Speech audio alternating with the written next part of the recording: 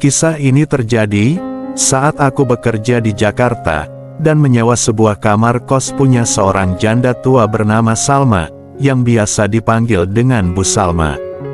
Kamarku terletak agak ke belakang rumah dan bersebelahan dengan kamar mandi. Rumahnya hanya ada 2 kamar kos yang disewakan, yang diisi oleh seorang mahasiswa yang satu kampung denganku dan aku sendiri. Bu Salma adalah seorang janda beranak 2. Kedua anaknya sudah menikah dan kini sudah tak tinggal serumah lagi dengan Bu Salma. Di usianya yang sudah menginjak 56 tahun, ia masih terhitung bagus, meski agak sedikit gemukan, namun masih terlihat menarik bagi sebagian orang, ditambah lagi dengan pembawaan yang tenang dan ramah. Kalau sedang berada di rumah, Bu Salma paling sering mengenakan daster sederhana, yang membuatku, entah kenapa, selalu saja refleks untuk mencuri-curi pandang. Seperti biasa, pintu ruangan kubiarkan saja terbuka, agar udara segar dapat masuk dari luar. Dari pintu yang terbuka itu, kulihat Bu Salma berjalan dengan hanya kain itu saja padanya. Rupanya, ia hendak mandi. Ia berhenti sejenak di depan ruanganku, dan refleks menyapaku dengan ramahnya.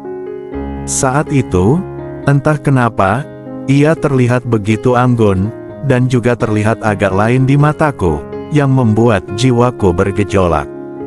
"Kamu belum berangkat, Hen?" sapanya dengan ramah.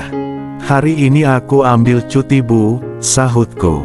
"Wah, bisa santai dong," ucapnya lagi sambil tersenyum, sembari meneruskan langkahnya menuju kamar mandi.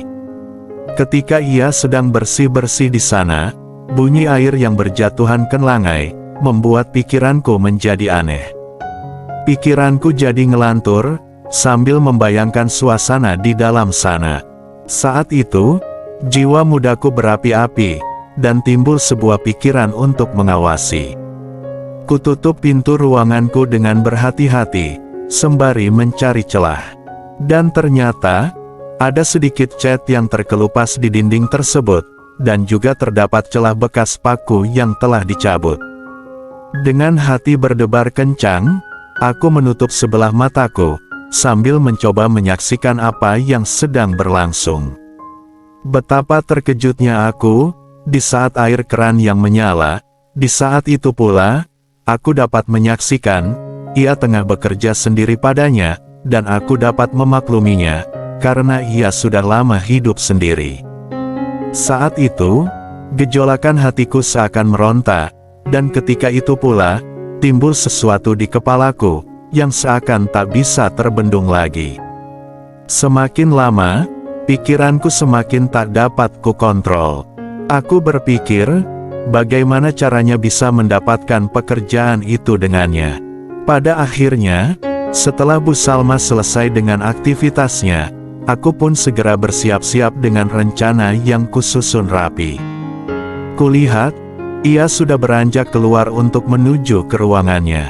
Ketika ia melewati ruanganku, langsung saja, karena aku yang sudah diselimuti perasaan yang demikian, tanpa berkata-kata lagi, aku menjangkaunya dari belakang, sambil mencoba untuk mengecek yang ada padanya itu.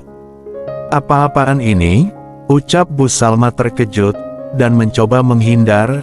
Aku tetap tak bergeming, sehingga, dengan nekat, tanganku mulai mencari sesuatu itu. "Henry, Ibu sudah tua, tolong Ibu Henry," pinta Bu Salma memohon. "Bu, Ibu kenapa menawan sekali? Buktinya, saya jatuh hati sama Ibu. Udah deh, mendingan Ibu jalani saja yang akan terjadi ini. Lagian kan, Ibu sudah lama nggak sendirian," ucapku. "Tapi, Hen, gimana kalau ada orang yang tahu?" rintihnya. "Makanya, mending Ibu ikuti saja jalan yang sudah kubuat ini. Kalau begitu, kan orang nggak bakalan ada yang tahu," tegasku. Akhirnya, ia pun terdiam, dan ia tidak berusaha mencegahnya lagi. Aku pun semakin leluasa dengan tugasku itu. Menyadari sudah tidak ada rintangan lagi, aku semakin antusias untuk memberinya sesuatu yang dapat mempengaruhi rasa penasaran dari Bu Salma terhadapku. Langsung saja aku melanjutkan kegiatanku itu, tanpa rintangan apapun.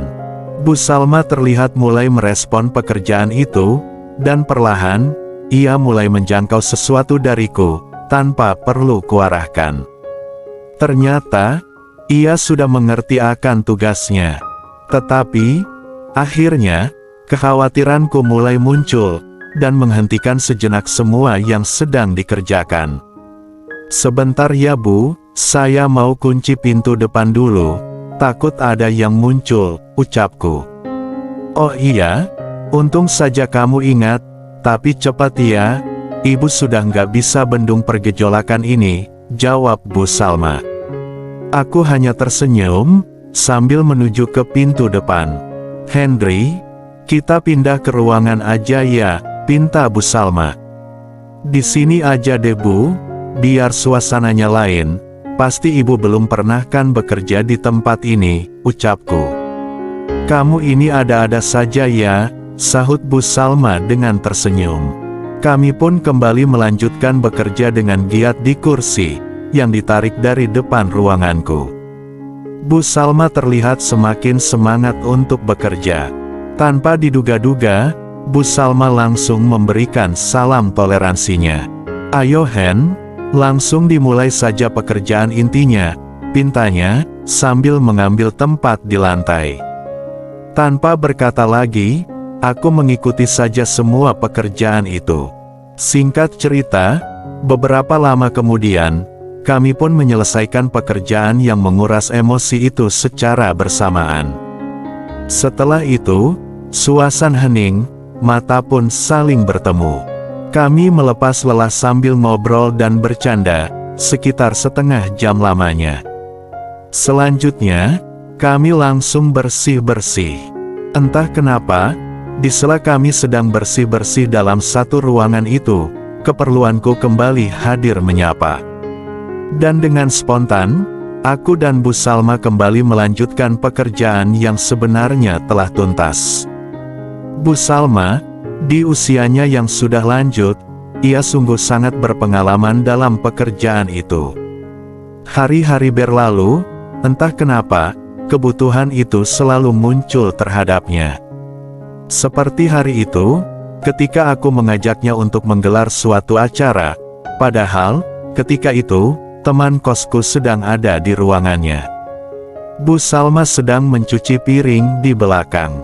Aku datang menghampirinya, dan mencoba menjelaskan semua kehadiranku.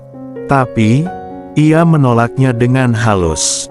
"Jangan sekarang Hen, ada temanmu loh," ujarnya.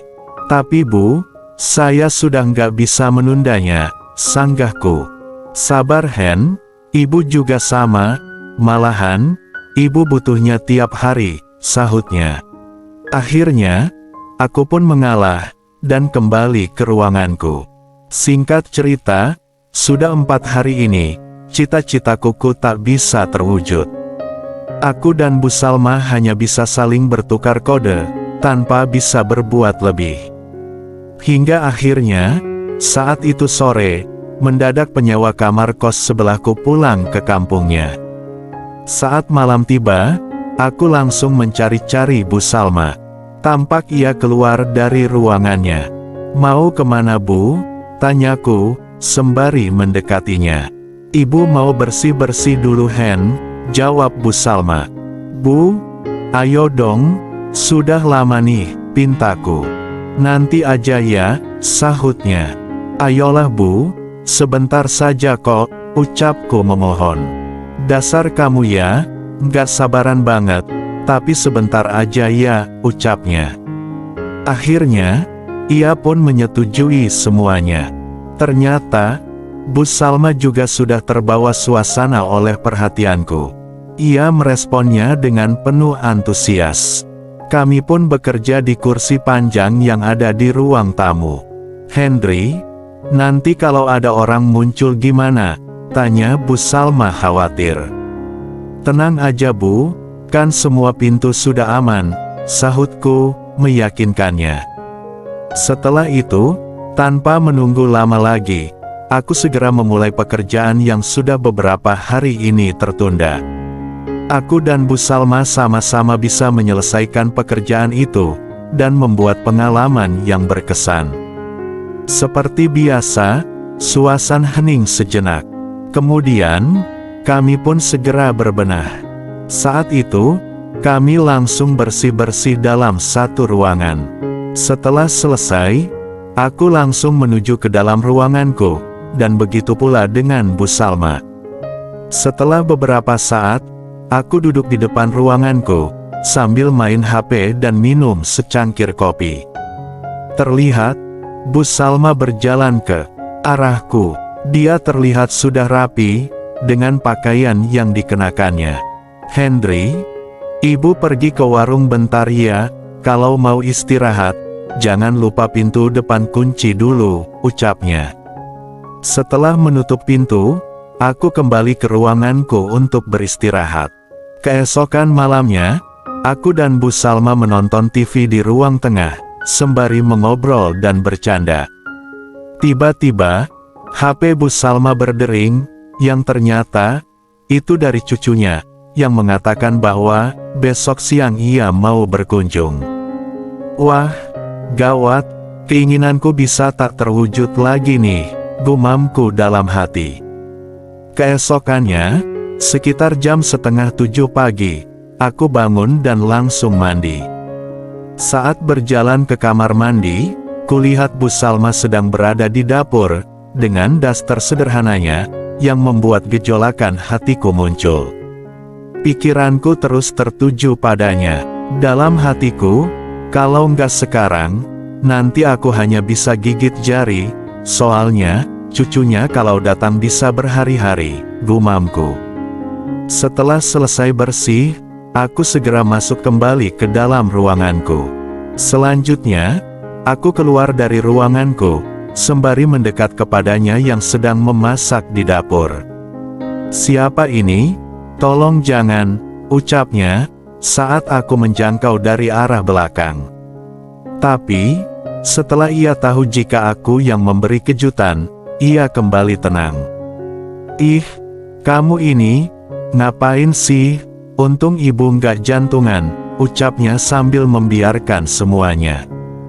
"Henry, ternyata, tebakan ibu benar, kalau pagi ini, kamu pasti ingin bekerja kan?" ucapnya.